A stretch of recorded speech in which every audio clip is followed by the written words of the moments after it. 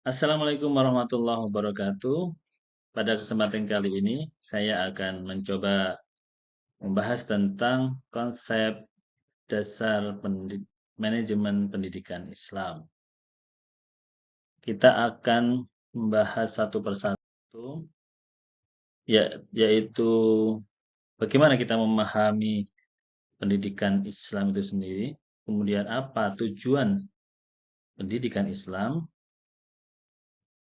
kemudian apa nilai-nilai Islam di dalam manajemen. Kemudian bagaimana kita mengintegrasikan ilmu dan iman dalam konteks manajemen, dan apa peran guru dan tenaga pendidikan. Kemudian bagaimana pengelolaan sumber daya, khususnya manusia. Yang terakhir adalah evaluasi, perbaikan, dan berkelanjutan.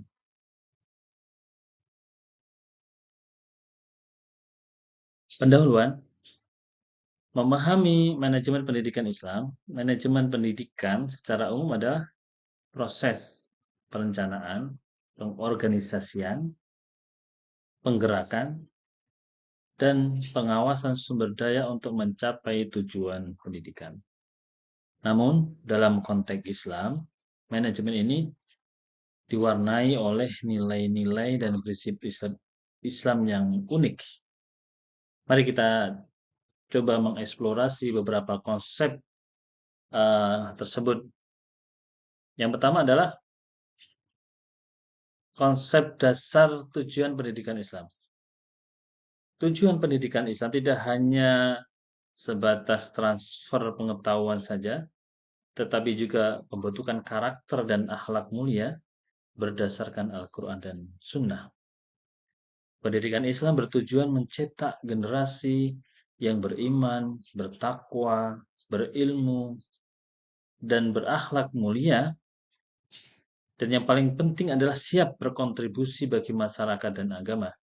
Ini menjadi landasan utama dalam setiap keputusan manajemen pendidikan Islam.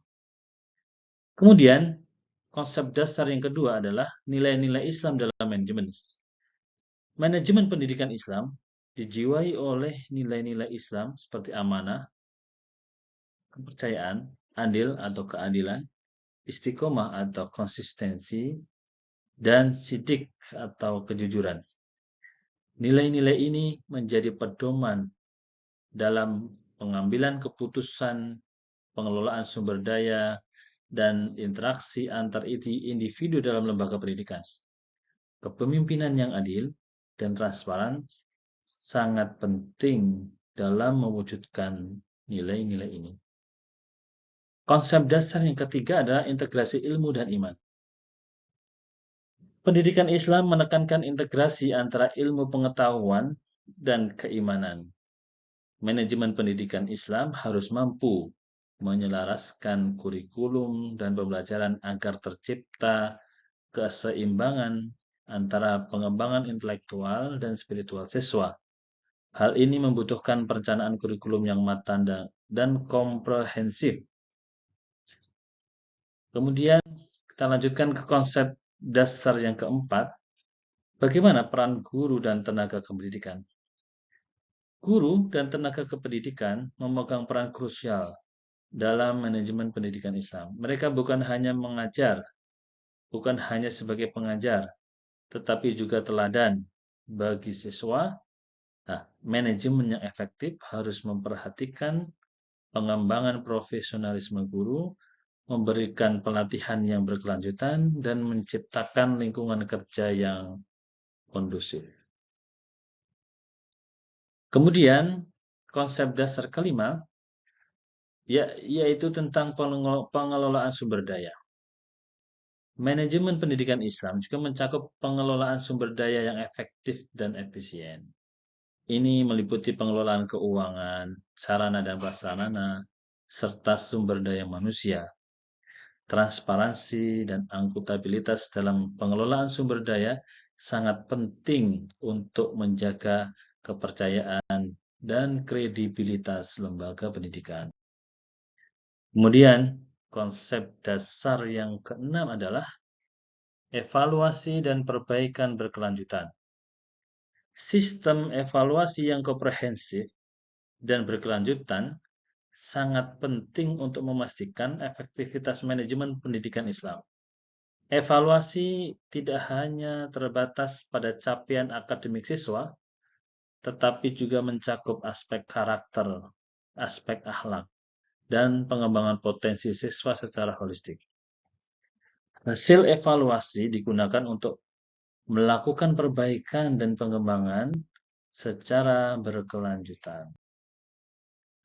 Jadi bisa disimpulkan bahwa manajemen pendidikan Islam merupakan proses yang kompleks dan dinamis yang membutuhkan pemahaman mendalam tentang nilai-nilai dan prinsip-prinsip manajemen yang efektif. Dengan menerapkan konsep-konsep dasar ini, diharapkan lembaga pendidikan Islam dapat mencetak generasi yang unggul, berakhlakul karimah, dan berkontribusi positif bagi masyarakat. Demikian sekilas pembahasan tentang konsep manajemen pendidikan Islam. Saya, Ahmad Agung Hidayatullah, mengucapkan terima kasih atas